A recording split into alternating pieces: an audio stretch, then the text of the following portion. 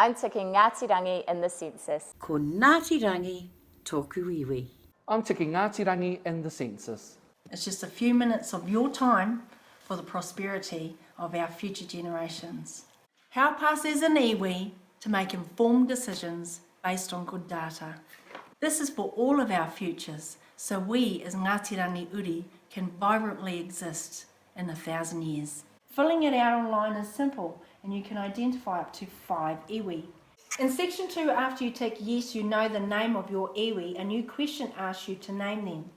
If you start typing Ngāti Rangi, it appears in the drop box.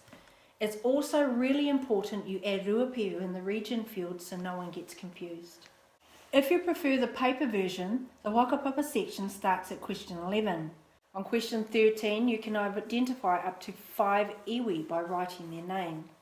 As with the online version, it's equally important that you write Ruapehu in the rohe or region section. Please fill in your census form by the 6th of March.